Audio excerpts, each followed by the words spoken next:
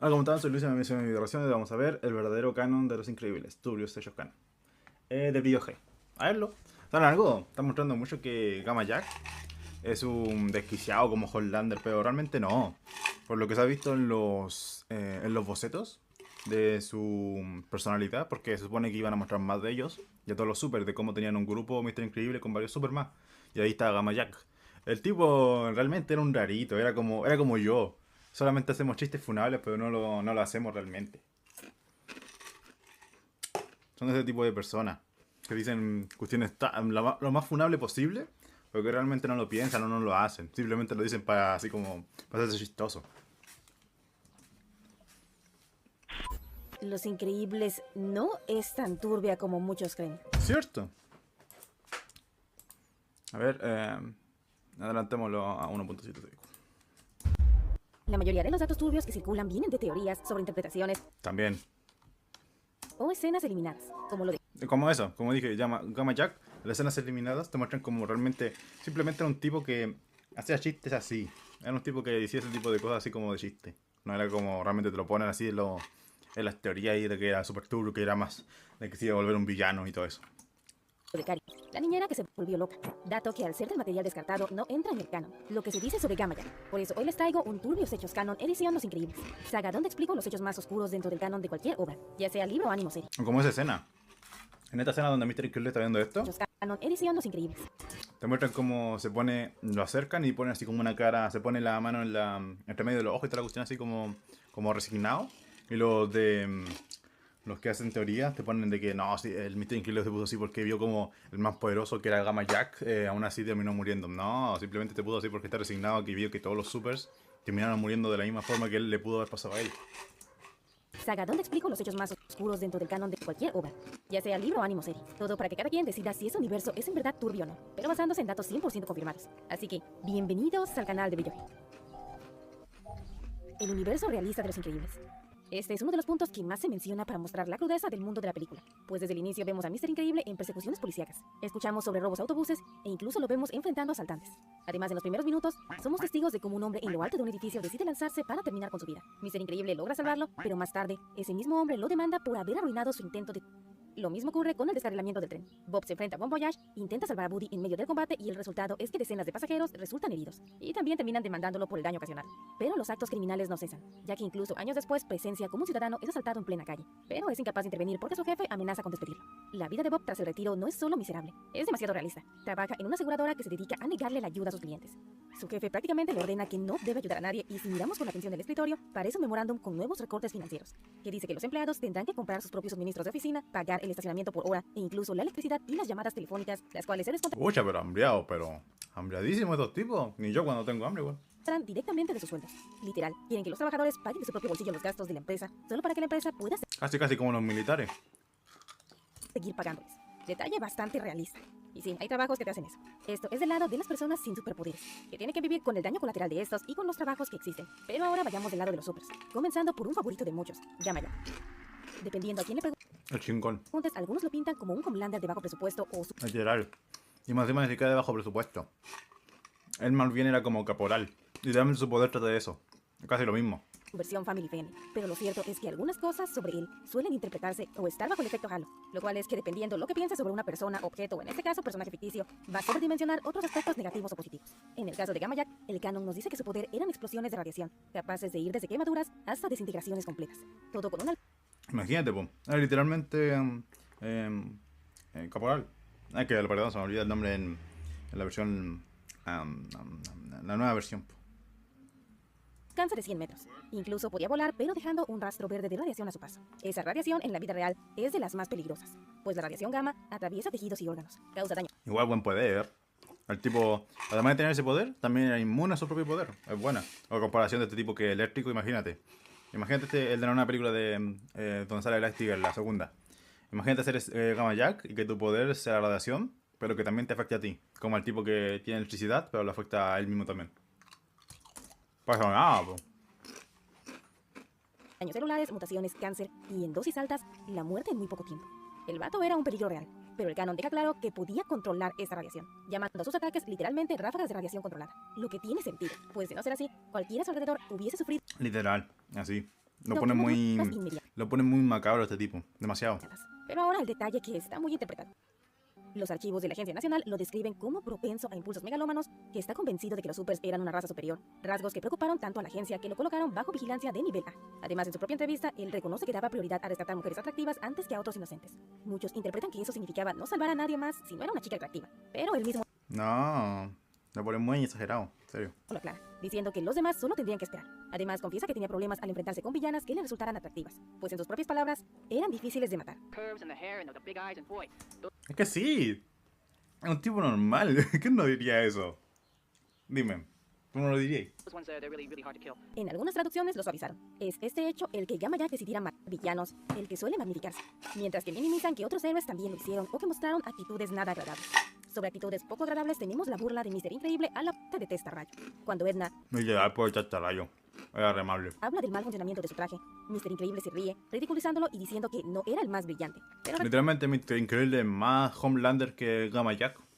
recordemos que estamos hablando del fallecimiento de alguien que había asistido a su boda y que sufría algún tipo de problema de aprendizaje bastante evidente, pues en los archivos se menciona que no sabe leer e incluso le es muy difícil recordar las frases que le van diciendo. Hola chicos, soy Testarrayo. Pobrecito. Y nunca me gradué. Servicio público de Testarrayo promoviendo la escuela. Toma 2. No sé a dónde voy con esto. Me dijeron que iba a seguir un guión o algo así. Pues no sé leer.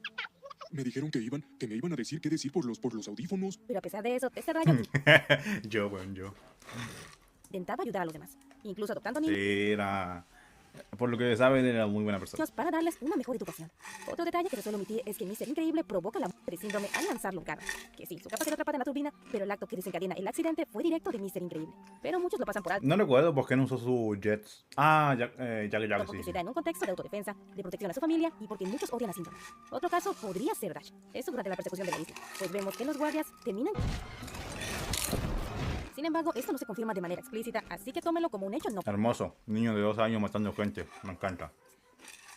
canon. Sin embargo, nadie menciona esto cuando se habla de cosas que hicieron los supers. La principal diferencia parece estar en que se matiza por la situación en la que Mr. Increíble o Dash estaban pasando. Pero si tomamos eso en cuenta, también habría que considerar a los villanos que Gamma Jack menciona, los cuales eran monos zombies, robots gigantes con láser y ninjas pigmeos acuáticos. Es decir, enfrentarse Wow.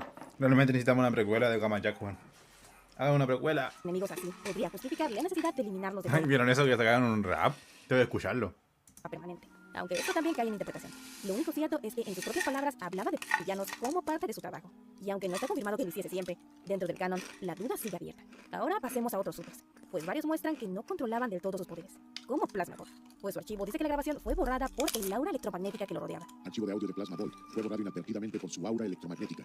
Se reprogramó la grabación. Esto deja claro que su sola presencia alteraba los equipos electrónicos, algo así como un daño colateral. Buen poder. Algo parecido pasa con Splashdown, su archivo quedó marcado con la nota audio irrecuperable por daño de agua. Archivo de audio de salpicón irrecuperable debido a daños Salpicón. por agua. Y si nos vamos a los archivos entre sus características, Salpicó. Mentira. Este es un chiste robado de Unilag.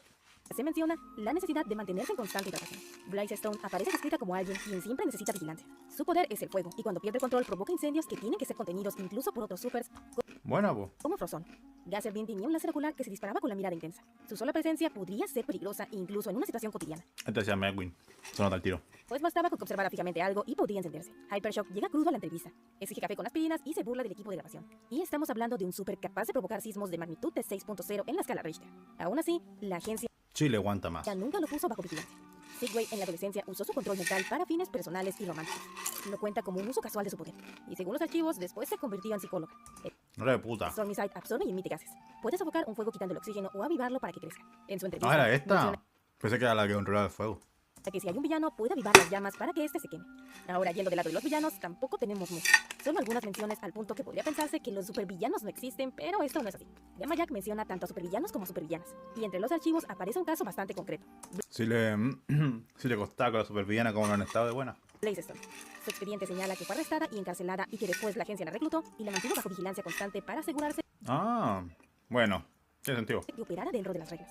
Todos estos casos quedan en puestos bajos del turbios hechos canon, ya que por muy peligrosos que fueran sus poderes, ideologías u otras cosas, estos supers todavía actuaban del lado de un bien mayor, tratando de salvar gente, lo que vuelve más triste el final que algunos tuvieron. Todo por la Operación Cronos. La base de datos muestra que varios supers fueron enviados a enfrentarse al Omnidroide y que la mayoría terminaron sin vida. Algunos lograron derrotar una versión del robot, pero fueron eliminados por el modelo siguiente. Cada victoria era inútil, porque el Omnidroide estaba diseñado para aprender de sus errores y perfeccionarse en cada combate. Otros ni siquiera alcanzaron a enfrentar su segunda versión. Cayeron en su Gamma Jack, tremendo ganador. primer intento convencidos de que estaban salvando a la gente, cuando en realidad solo estaban alimentando el experimento de Síndrome. Y sobre los archivos del Omnidroide hay dos detalles que llaman la atención. El primero es que las imágenes que aparecen en los registros de Síndrome son las mismas que se encuentran en los archivos oficiales de la Agencia Nacional de Supers, solamente que la imagen está invertida. El segundo es todavía más turbio, aunque podría caer en interpretaciones. Y es que durante la pelea con Mr. Increíble, el Omnidroide intenta aplicarle una llave que separa sus extremidades. En Bob esto solamente le acomoda la espalda, pero que esa maniobra esté en la memoria del robot sugiere que ya la había ocupado antes y que había funcionado con otros supers. Otro detalle que podría ser triste todo esto es la edad a la que fallecieron, pues si tomamos en cuenta que tenían 15 años de retiro, podemos acomodar una cronología al menos con Helen. Ella tenía unos 40 años en la película. Como entre... A ver, el más viejo fue el de los láseres.